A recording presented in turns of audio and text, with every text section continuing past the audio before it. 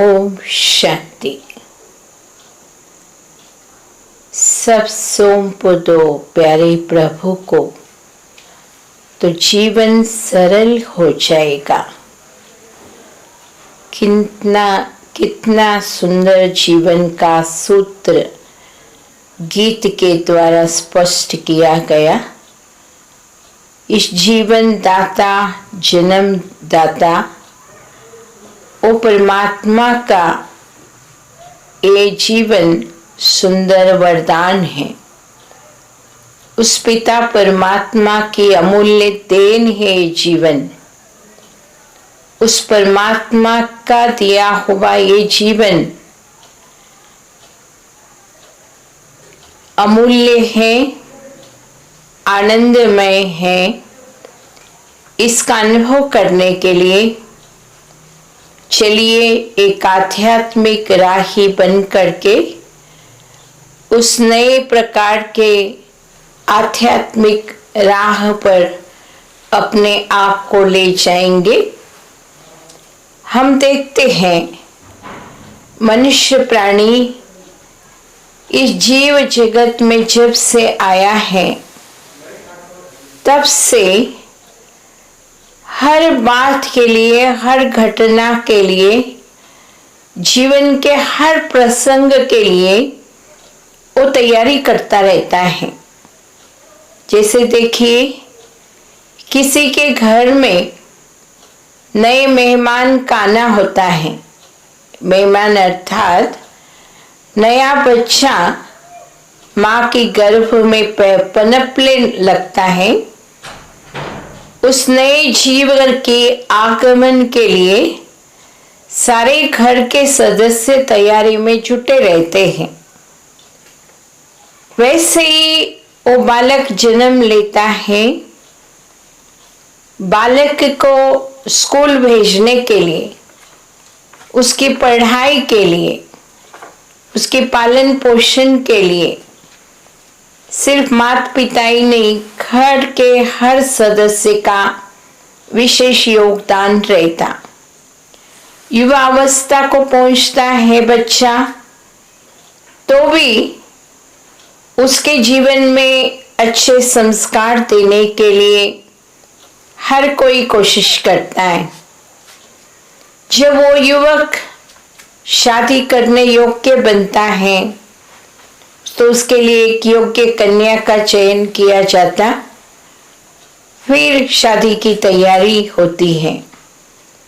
हम देखते हैं जीवन के हर प्रसंग की तैयारी, हर बात की तैयारी मनुष्य प्राणी करता है। लेकिन एक चीज ऐसी है, एक प्रसंग जीवन का जिसे कटु सत्य कहा जाएगा, कड़वा सत्य है, वो उसको जीर्ण करने में मेहनत लगेगी, लेकिन वो सत्य सत्य ही है, अविनाशी है। वो है जीवन काल का अंत, यानी मृत्यु। मृत्यु शैया में सोते हुए भी मनुष्य का मन न तो ये स्वीकार करता है कि उसे इस दुनिया को छोड़ के जाना है, एक दो दिन का वो मेहमान है। वो कोशिश करता है और जीवित रहूं, बड़े बड़े अच्छे डॉक्टरों को दिखाने का लक्ष्य रखता है। जो भी है पैसा, प्रॉपर्टी, मकान, दुकान, सब कुछ डाल करके, अगर पैसा न हो तो कहीं से भी उधार ला करके दुनिया के सबसे अच्छे से अच्छी दवाई, मेडिकल ट्रीटमेंट ले करके वो और जीवित रहना चाहता है। ऐसे ही वो सबका प्रिय व्यक्ति है तो उनके मित्र, संबंधी, बाल बच्चे, पत्नी सब चाहते हैं कि और वो जीवित रहे। सब कुछ उसके लिए न्योछावर करने के लिए तैयार हो जाते हैं ताकि और थोड़ा समय वो जिंदा रहे। लेकिन उसके मृत्यु के लिए उसका मन भी नहीं मानता है। कई ऐसे सतो प्रधान संस्कार वाले, अति भक्ति के, ईश्वर में विश्वास रखने वाले और योगी पुरुष होते हैं, सिद्ध पुरुष जिन्हें कहा जाता, ये आध्यात्मिक साधना करने वाले, आध्यात्मिक पथ के राही, वो सोचते हैं चलो एक न एक दिन इस जीवन का अंत होना ही है। ये सत्य है, कड़वा भले हो सत्य, लेकिन एक न एक दिन इस शरीर को छोड़ना ही है। जितने दिन जीवित थे परमात्मा की कृपा थी, अभी अंत काल आ गया तो मैं बहुत खुशी से, जैसे वस्त्र लिया था, शरीर रूपी जन्म लिया था, जब जन्म लिया था इस धरा पर, बच्चे ने आंख खोला था तभी रोते हुए आया था। वो बच्चा रोते हुए जन्म लिया कि लेकिन सब उनके मित्र संबंधी हंसते हुए उसका आवाहन कर रहे थे। देखो विचित्र लीला प्रकृति की, सृष्टि नाटक की कैसी है। बच्चा जब आंख खोला, इस धरती पर जन्म लिया तो रोता हुआ आया। बच्चा रोता है तो उसका स्वास्थ्य ठीक है, बहरा नहीं है, ये माना जाता। अगर नहीं रोया तो रोने की कोशिश करते, रुलाने की, और लोग हंसते हैं कि बच्चा अच्छा है, रो रहा है, माना बहरा काना नहीं है। और अंत में हम देखते हैं, अंत में जीवन काल में वो सार्थकता का अनुभव किया, जीवन के कटु सत्य को जाना है, तो अंत काल में आप देखेंगे कोई आध्यात्मवादी शरीर छोड़ता है तो उसके चेहरे पर एक मंद मुस्कान होती है। परमात्मा के स्मृति के चिन्ह उसके चेहरे पर झलकते हैं। उसका माथा एकदम स्पष्ट होता है, कोई कंफ्यूजन, द्वंद्व, अन्य विचार, कोई इस कलियुगी दुनिया की खिंचावट, आकर्षण उसे आकर्षण में नहीं बांधेंगी, क्योंकि उसने सत्य को जाना है।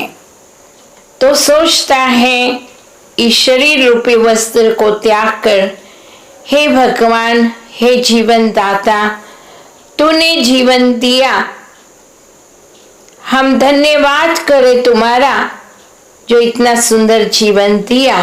बस ये पत्नी, ये बच्चे, ये पोते, ये संबंधी सारे तुम्हारे ही दिए हुए थे और इसी दुनिया में मिले थे।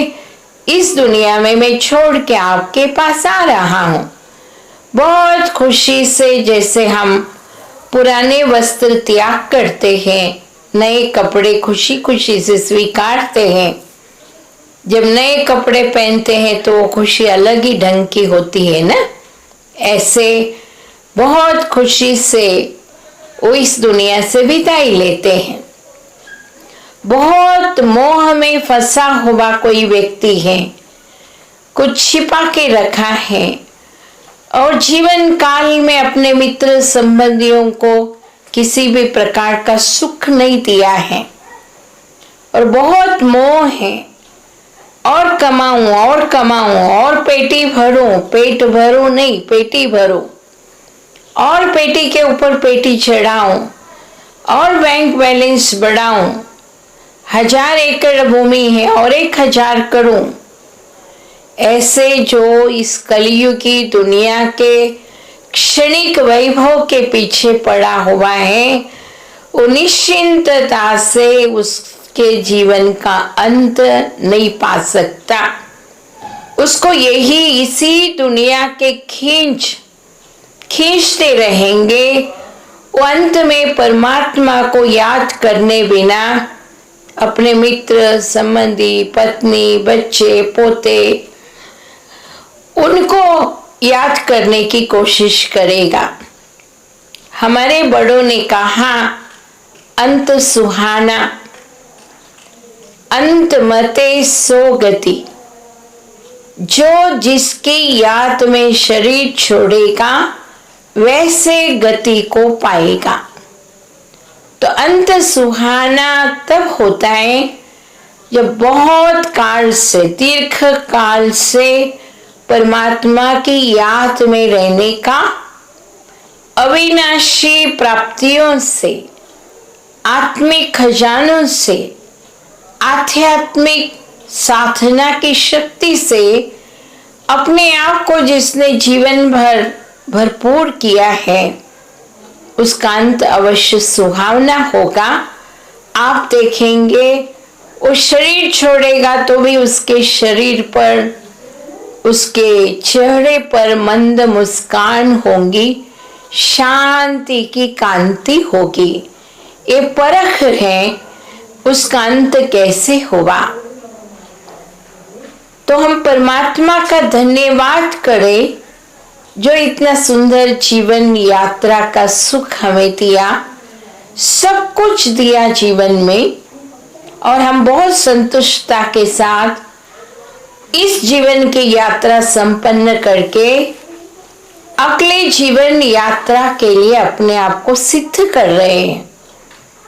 हमने पहले बताया, व्यक्ति हर घटना के लिए तैयारी करता है, जीवन के हर प्रसंग के लिए उसका सोच चलता है, लेकिन मृत्यु के लिए नहीं चलेगा।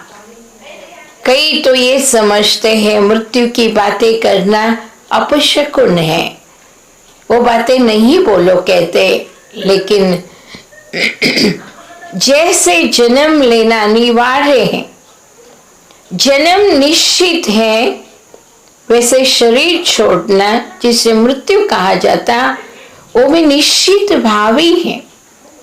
इस काल चक्र के अंदर हर एक आत्मा का फिक्स्ड टाइम होता है आने का और जाने का।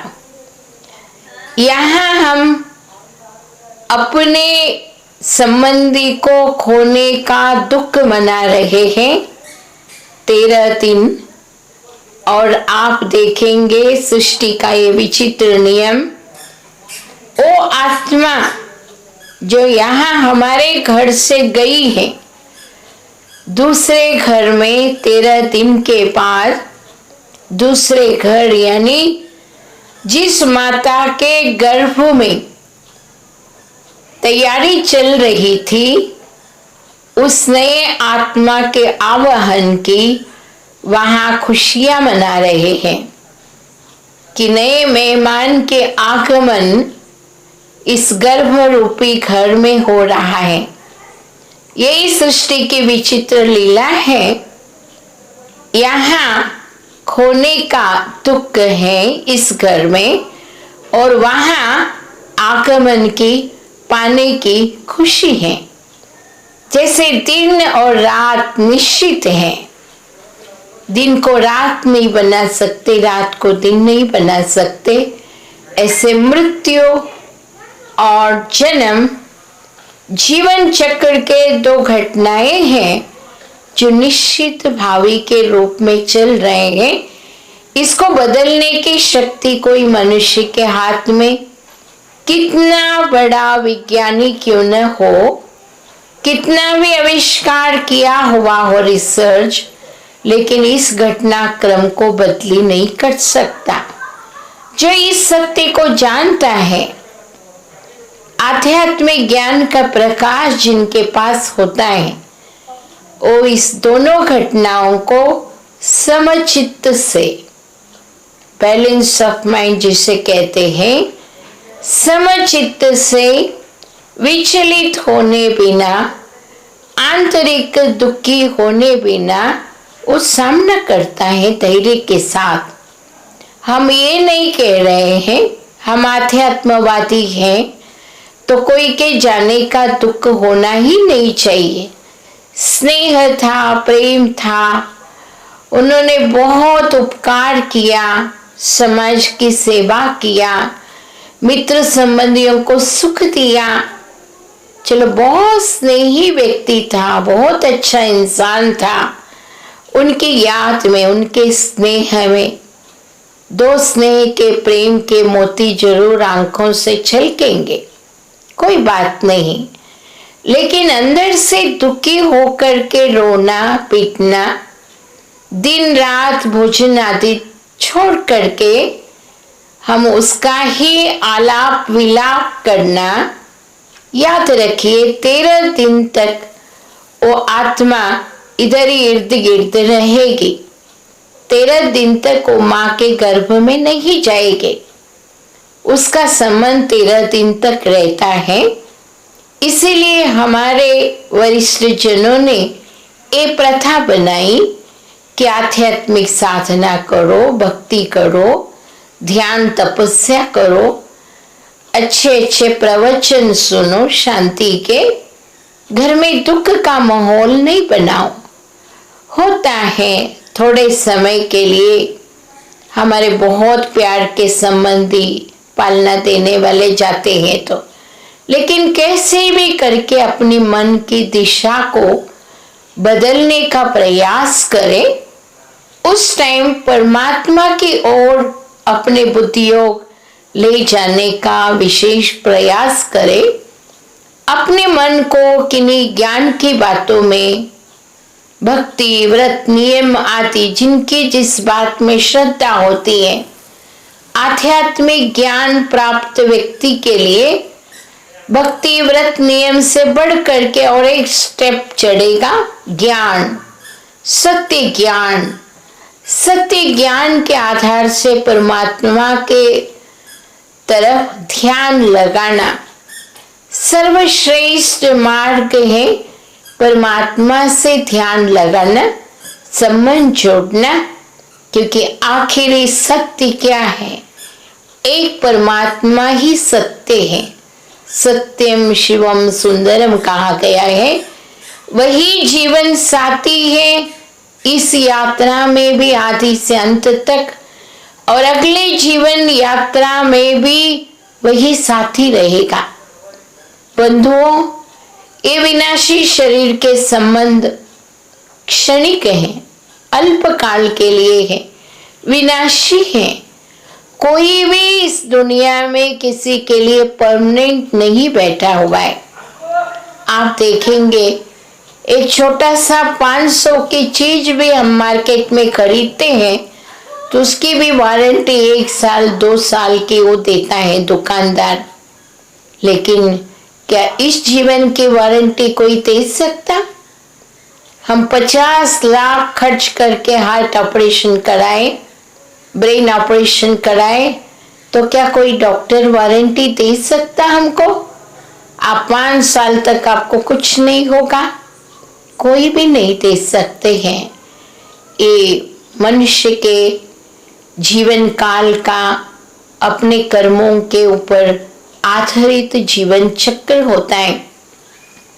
एक कहानी याद आती है, जहाँ जिसकी मृत्यु जैसी होनी है वैसे ही होकर रहेगा। अभी कोरोना काल में हम देख रहे हैं बड़े बड़े भी व्यक्ति बहुत अच्छे कार्य किए थे, लेकिन एक निमित्त कारण बना, आयु बड़ी थी या कोई शारीरिक कष्ट था, शरीर में कोई रोग पहले से जमकर बैठा हुआ था, जैसे डायबिटिक, हाई शुगर, किसी को कैंसर, कुछ न कुछ प्रॉब्लम शरीर में था। तो ये कोरोना काल में शरीर कमजोर होने के कारण उसकी वजह से कई शरीर छोड़ रहे हैं। तो लोगों के मन में, उनके खास मित्र संबंधी के मन में ये बहुत एक प्रकार से कठिन परीक्षा का टाइम है। वो सोचते हैं क्या हमारे इतने अच्छे थे, इतना पुण्य कर्म करते थे, उनको ऐसी मृत्यु क्यों, कोरोना से क्यों मर गए? वो एक कारण था बस, उसको जो परमात्मा को अनुभव कराना था सुख शांति का, वो परमात्मा अवश्य कराते। एक बहाना था, एक कारण चाहिए था वो आत्मा को शरीर छोड़ने का। इस प्रसंग में एक कथा याद आती है। उस कथा के मर्म को जानेंगे तो हम अपने आप को निश्चिंत रख सकेंगे। एक राजा था, बहुत सुख शांति समृद्धि से जीवन का आनंद ले रहा था, सब कुछ था उसके जीवन में। तो उसको लगा मैं कम से कम 100 वर्ष तो जिंदा रहूं, क्योंकि इतना सारा सुख परमात्मा ने दिया है। तो ज्योतिषियों को बुलाता रहा, पूछता रहा हस्तरेखा दिखा करके कि मैं 100 वर्ष तक जिंदा रहने के लिए क्या करूं। ज्योतिषियों ने राजा को खुश करने के लिए कई प्रकार के विशेष भक्ति के आचरण आदि, दान धर्म आदि पर जोर दिया। लेकिन एक ज्योतिषी देखता है राजा के हस्त रेखाएं और उसको रहा नहीं जाता। उसने कहा, राजन, अभी तक जो आपने सुना है वो सब झूठ है। मैं सत्य बोल रहा हूं, कटु सत्य है, कठोर सत्य है, लेकिन मैं बोलने बिना नहीं रह सकता हूं, बोलना मेरा कर्तव्य है। आप आज से 8 दिन के बाद इस टाइम शरीर छोड़ने वाले हो। राजा को एकदम शौक लगता है। राजा कहता, देखो कैसे भी करो, उपाय करो मेरे को जिंदा रखने के लिए। तो वो ज्योतिषी बोलता है, ठीक है, एक कोशिश कर सकते, अगले हफ्ते के अंदर आप आपके राज्य की सीमा से बाहर निकल जाओ। तो उनके राज्य का विस्तार इतना होता है, आप देखे होंगे प्राचीन काल में कोई ट्रेन, बस, हेलीकॉप्टर, एरोप्लेन कुछ नहीं होते थे। घोड़े पर सवार होकर के लोग जाते थे। तो राजा को जैसे ही ज्योतिषी ने बताया, तुम तुरंत निकल जाओ, राज्य की सीमा पार करोगे तो हो सकता है तुम जीवित रहो। तो किसी को कुछ नहीं बोलता है राजा, क्योंकि इसको अपनी जान बचानी है, सबसे प्यारी चीज जान है। अच्छे ते अच्छे घोड़ा देखता है, न भूख न प्यास, उसको बस एक ही लगन लगी है, राज्य की सीमा पार करो, अपने जान बचा लो। दौड़ता है दौड़ता है दौड़ता है, घोड़े को चाबुक लगाते हुए इतना भागता है, पानी पीने के लिए भी नहीं रुकता। वो 8वां दिन आ जाता है और वो देखता है, हाँ, पार कर लिया इसने राज्य की सीमा। बहुत खुश होके घोड़े का पीठ थपथपाता है, राजा घोड़ा, तूने मुझे बचाया। इतने में कोई राजा के पीठ बहुत प्यार से थपथपाता है। राजा पीछे मुड़कर देखता है, यहाँ कौन आया जंगल में। तो कहते, यमराज खड़ा है। बहुत प्यार से पीठ थपथपाते हुए यमराज कहता, नहीं राजन, तुम बचे नहीं हो, तुम्हारे भाग्य में यही लिखा था कि आज के दिन इसी मुहूर्त में, इसी घड़ी तुम राज्य की सीमा से बाहर प्राण त्याग करने का तुम्हारे तकदीर में लिखा हुआ है, चलो मेरे साथ। तो कहने का भावार्थ, जन्मते ही ये लिखा हुआ है, कहाँ किसकी कैसी मृत्यु किस घड़ी होगी, उसको कोई टाल नहीं सकते। इसलिए मित्र, संबंधी, परिजन कभी ये नहीं सोचे ये ऐसे क्यों गया, ये ऐसे तक क्यों तकलीफ में गया, या इस रोग से क्यों गया। हर एक का अपना पुण्य का पाप का प्रारब्ध है। कितने जन्मों में हमने क्या क्या किया, कितना पुण्य किया, कितना पाप किया, हमारे पास उसका हिसाब नहीं है। कोई ना कोई रूप का कर्म अंत में कभी रक्षा करता, कभी शिक्षा देता। ये जीवन का कटु सत्य है, इसीलिए इसे स्वीकारना चाहिए। जो गई हुई है आत्मा, उसको बार बार रोक करके फिर से खींचने का प्रयास न करे, ताकि जहाँ गई है वो शांति पूर्वक रहे। 13 दिन के बाद भगवान उसको फिर नए गर्भ में भेजेगा, माँ के गर्भ में, तो शांति से रहे उस माँ के पास। उस घर के संस्कार उसको मिलेंगे।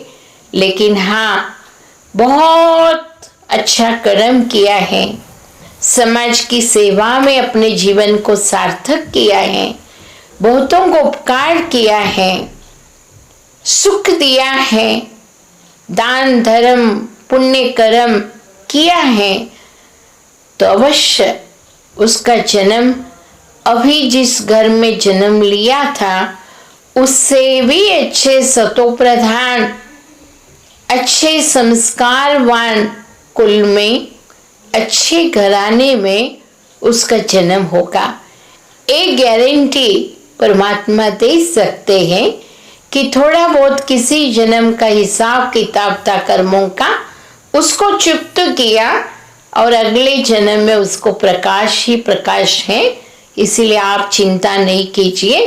हर एक प्रभु चिंतन करके, आत्मचिंतन करके, उस गई हुई आत्मा जो वापस नहीं आ सकती, उसको विशेष शांति का दान, योग का दान, खुशी का दान दीजिए। वो जिस राह पर चला, जो लक्ष्य उसने जीवन का अपनाया था, अगर उसके ऊपर आपको प्यार है, श्रद्धा है, तो उस कर्म को आप भी फॉलो कीजिए। आप भी उनके पद चिन्हों पर चल करके आप भी उनके जैसा जीवन अपनाइए।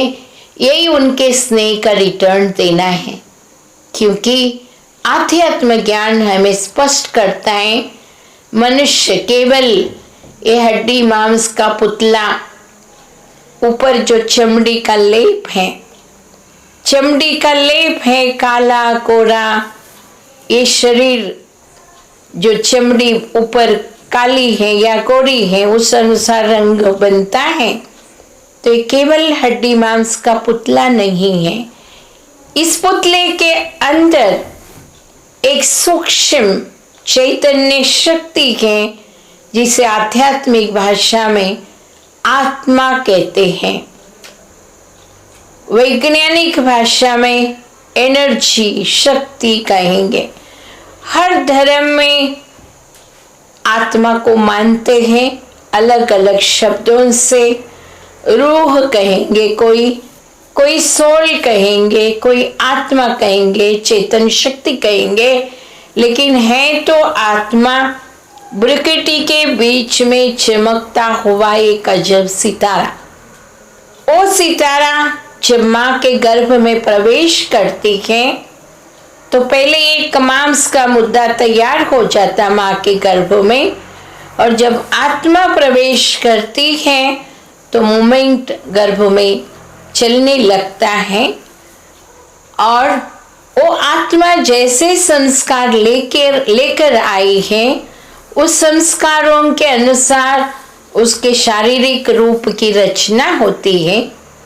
अच्छे संस्कारवान जन्म लेता है, माँ के गर्भ में प्रवेश किया है, तो उस अनुसार उसका चेहरा बनेगा। आप देखेंगे आपके पास 1 लाख रुपया जमा है, आपको कार लेने की इच्छा है, तो एक साधारण कार पुरानी आप लेंगे। अगर आपके पास 10 लाख है, उस अनुसार उस लेवल की कार आप लेंगे। कोई 1 करोड़ आपके पास जमा हो गया, आप अच्छे से अच्छे गाड़ी लेना चाहते, उस अनुसार लेंगे।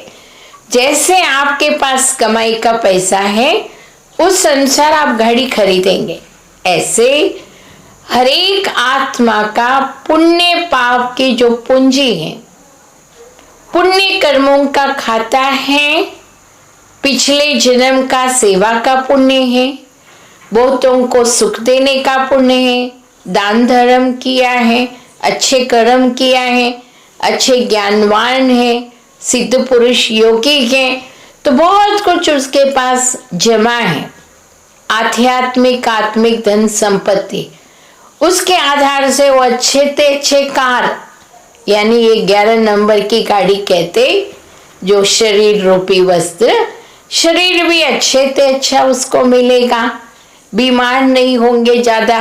लेकिन आजकल के जमाने में हर एक का कर्म का खाता है, किसी को छोटी मोटी या किसी को बड़ी बीमारी होती ही है, उसे कर्म भोग कहा जाता, जिससे योग बल से छुट्टू करना है।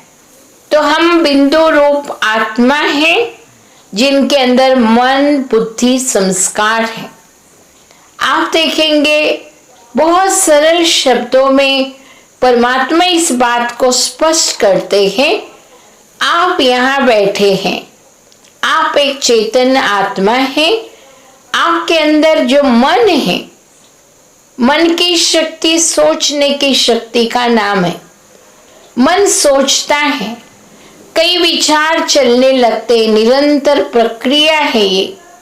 मन के विचार प्रवाह के जैसे हमेशा ही सरिता बनकर बहते रहते हैं। तो मन के विचार अच्छे चलेंगे, जीवन का आनंद लेंगे। खराब विचार चलते, बुरे संकल्प उत्पन्न होते हैं, तो उसका रिजल्ट होगा दुख, अशांति, ईर्ष्या द्वेष से पूरित विचार होंगे, तो जीवन का आनंद कभी नहीं ले सकेगा। तो मन के अंदर 4 प्रकार के संकल्प, आध्यात्मिक भाषा में विचारों को संकल्प कहते हैं। तो वो संकल्प 4 प्रकार से चलते हैं।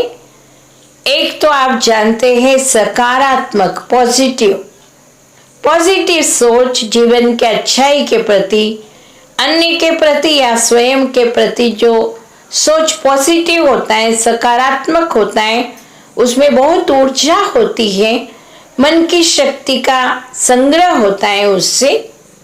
और दूसरा होता है नेगेटिव, हर बात को नेगेटिव लेने का, हर बात का उल्टा सोचने का, वो स्वभाव, वो नेचर कलयुग में बहुतों में पाया जाता है।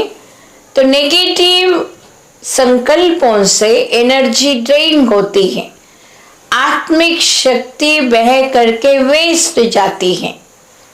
और आप देखेंगे आवश्यक विचार, नेसेसरी थॉट्स, जैसे स्टडी करनी है, ड्यूटी करनी है, उद्योग व्यापार करना है, नौकरी धंधा करना है, घर चलाना है, ये आवश्यक विचार है।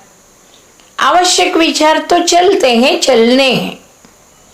ऐसे हम देखते हैं नेगेटिव, पॉजिटिव, नेसेसरी और वेस्ट संकल्प इतने चलाने की आदत ही हो गई है कलयुग के अंदर, जो बिना कारण के वेस्ट चलाते रहते, जिसका कोई मर्म ही नहीं होता है, कोई रिजल्ट ही नहीं निकलती है, उसमें बहुत कुछ आध्यात्मिक शक्ति, आत्मिक शक्ति व्यर्थ जाती है। अभी परमात्मा आध्यात्मिक मार्ग के राहियों को विशेष राजयोग की शिक्षा सिखा करके ये ट्रेनिंग देते हैं कि अपने मनोशक्ति को व्यर्थ नहीं गवाओ। बहुत अमूल्य है आपकी मन की शक्ति, उसका संग्रह करो, कल आने वाले दुख के, कष्ट के परिस्थितियों में आपके मनोबल काम आएगा। इसीलिए आध्यात्मिक साधना के द्वारा हम संकल्प शक्ति को श्रेष्ठ संकल्प शक्ति के रूप में स्टोर करते हैं, क्योंकि मन जो सोचता है, बुद्धि उसी के आधार से निर्णय लेती है। अच्छे निर्णय लेगा, अच्छा रिजल्ट निकलेगा। अगर निर्णय ठीक नहीं होगा, फिर उसका रिजल्ट भी स्वयं को भुगतना पड़ेगा। तो अच्छे निर्णय के बाद जो आत्मा कर्म करती है, उस कर्म का फल पुण्य या पाप के रूप में, अच्छे संस्कारों के रूप में आत्मा के अंदर भर जाते हैं। इसीलिए आध्यात्मिक साधना, ये सत्संग मनुष्य को किस लिए चाहिए? अच्छे संस्कार अपने अंदर पनपने देना है। अच्छे संग का, सत्संग का, श्रेष्ठ विचारों का असर संस्कारों पर होता है। संस्कार ही मनुष्य के साथ चलेंगे और कोई पदार्थ, सोना चांदी, मकान, दुकान, प्रॉपर्टी, पैसा, कुछ भी साथ नहीं चलेगा। केवल पाप पुण्य के अच्छे बुरे संस्कार ही व्यक्ति के साथ जाएंगे। इसलिए हमें समय देना है अच्छे संस्कार भरने के लिए। तो मन, बुद्धि, संस्कार मनुष्यात्मा के अंदर है और मनुष्य आत्मा और ये शरीर दोनों मिला करके हम कहते जीवात्मा। शरीर के अंदर चेतन आत्मा है, इसीलिए हम कहते जीवात्मा। जैसे दिखाया है प्रकृति के बीच में आत्मा जब सितारा चमक रही है, जैसे कार दिखाया, कार को चलाने के लिए ड्राइवर को आगे की सीट पर ही बैठना होगा ना, पीछे बैठ करके वो ड्राइविंग नहीं करेगा, क्योंकि जो भी है क्लच, पेडल, सामने चलाने के सब साधन कार के अंदर फ्रंट में है। तो इस शरीर रूपी कार के अंदर भी जितने भी मुख्य अवयव हैं, अंग हैं, आर्गन्स हैं, वो आप देखेंगे फेशियल रीजन में ही है। सुनने का, देखने का, बोलने का, सूंघने का, सब कुछ, सोचने का, ब्रेन, सब कुछ इसी में है। तो आत्मा जो चैतन्य सत्ता है, वो प्रकृति के बीच बैठ करके इस शरीर रूपी कार को कंट्रोल कर रही है, चला रही है। अगर कार के द्वारा ड्राइवर एक्सीडेंट करेगा तो पुलिस वाले पहले पकड़ेंगे ड्राइवर को, सजा होंगी ड्राइवर को, न कि कार को। ऐसे में आत्मा अगर इस शरीर रूपी वाहन के द्वारा अच्छा कर्म करूंगी, उसका रिजल्ट आत्मा के अंदर आएगा। खराब कर्म करूंगी तो उसका भी रिजल्ट आत्मा को ही भोगना पड़ेगा। शरीर के द्वारा आत्मा दुख दर्द भोगती है, अकेली आत्मा नहीं भोगेंगी। तो आत्मा के अंदर अंतर्निहित सप्त शक्तियां हैं। आप आत्मा के अंदर ही इतने अनंत शक्तियां समाई हुई हैं। उन शक्तियों का एहसास होगा तो जीवन आनंदमय होगा। उस शक्ति के लिए, आनंद के लिए बाह्य पदार्थों में ढूंढने की आवश्यकता आपको नहीं पड़ेगी। शांति के लिए कहीं भटकने की जरूरत नहीं है आपको। शांति तो आपका स्वधर्म है। जैसे कहते कोई रानी, महारानी हीरे का हार बाहर ढूंढी, ढिंडोरा पिटवाया हर जगह, मेरा बहुत अमूल्य नौलख हार गुम हो गया है, तो कहीं नहीं मिला। बाद में जब देखती है, स्नान करने जाती तो उसके गले में ही वो नौलख हार पड़ी है, उसको एहसास ही नहीं है। ऐसे शांति तो हमारा स्वधर्म है, हमारे गले में पड़ी है, अर्थात मेरे अंतर मन में समाई हुई है, उसको बाहर ढूंढ रही हूं मैं। लेकिन शांति मुझ आत्मा का स्वधर्म है। पवित्रता की मैं खान हूं, प्रेम का मैं स्वरूप हूं, शक्ति का मैं केंद्र हूं, सारे ही गुण मेरे अंदर हैं। चलिए 2-3 मिनट के लिए हम प्रैक्टिस करेंगे। इस शरीर में हम मेहमान हैं, आए हम उस देश से, तीन लोक के बारे में कल जानेंगे हम। ऊपर से आए प्रभु के घर से, कहा जाता है जहाँ से आए वहीं जाना है। ये मुसाफिर खाना है, हम मुसाफिरी करने आए हैं ऊपर से और फिर जाना है मुसाफिरी पूरी करके। इसीलिए वो शांति धाम जो लाल प्रकाश से युक्त दुनिया है, जहाँ बिंदु रूप में तारे मिसल स्टार्स लाइक आत्माएं रहते हैं परमात्मा के संग, उस दुनिया से हम यहाँ आए इस मुसाफिर खाने में। मुसाफिरी पूरी हुई, यात्रा पूरी हुई, चलो अभी घर चलते हैं। घर जाने का समय आ गया। हम देखते हैं गाय है, भैंस है, जानवर है, वो भी अपने घर को नहीं भूलते। सारे दिन चारा खाने के लिए बाहर जाते और शाम को अपने घर का रास्ता फिर याद रख के वो घर पहुंचते। और हम ऐसे विचित्र प्राणी हैं, ऊपर से आए इस धरा पर नाटक करने और अपने घर को ही भूल करके यही घर समझ के बैठे। मूर्खता है हमारी। लेकिन वहां देखो ऊपर चांद, सूर्य, तारागण से भी ऊपर, पांच तत्वों से पार वो सुनहरे लाल प्रकाश की दुनिया, जहाँ चारों ओर शांति है, प्रकाश ही प्रकाश भरा हुआ है, बहुत हल्कापन है, कोई बंधन नहीं, सर्व कर्म बंधन से मुक्त, वो मुक्ति की दुनिया है। जिसे सातवें आसमान कहा मुसलमानों ने, क्रिश्चियन भाइयों ने हेवनली अबोर्ड कहा, जैन धर्म में निर्वाण धाम कहते। महात्मा बुद्ध ने भी उस निर्वाण धाम को स्वीकार किया। शिवलोक, परलोक, ब्रह्मांड, परम धाम, शांति धाम, निराकारी दुनिया, कितने नाम देवे। वो अखंड ब्रह्म महतत्व मुझ आत्मा का, सभी आत्माओं का मूल घर है।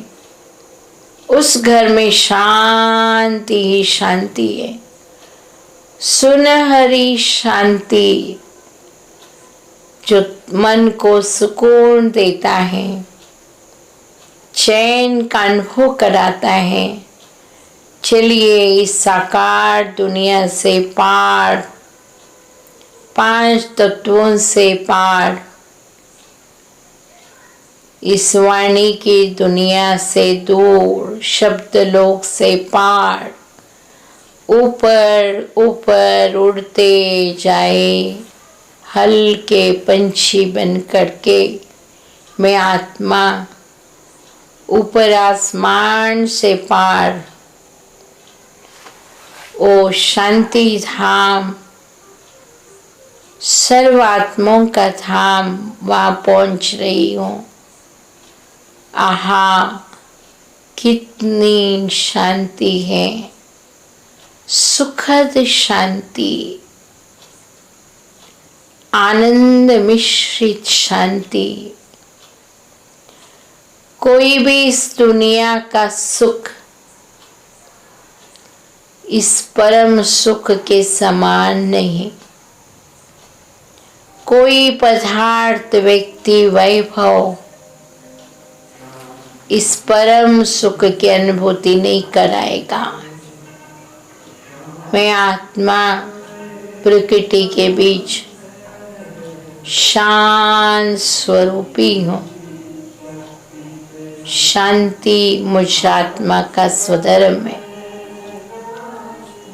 मुझ आत्मा का धाम शांति धाम है। मूल स्वरूप में बेहद अलौकिक सुख का अनुभव हो रहा है। में शांत स्वरूप होकर सारी सृष्टि की आत्माओं को शांति के तरंगों को पहुंचाऊंगी। शांति के लहरों में लहरा रही अन्य को भी यही शांति की शीतल स्थिति का अनुभव हो। सभी को शांति मिले। ये धरनी शांत हो, जल शांत हो, गगन शांत हो, वायु अग्नि आकाश सब शांत हो। ओम शांति।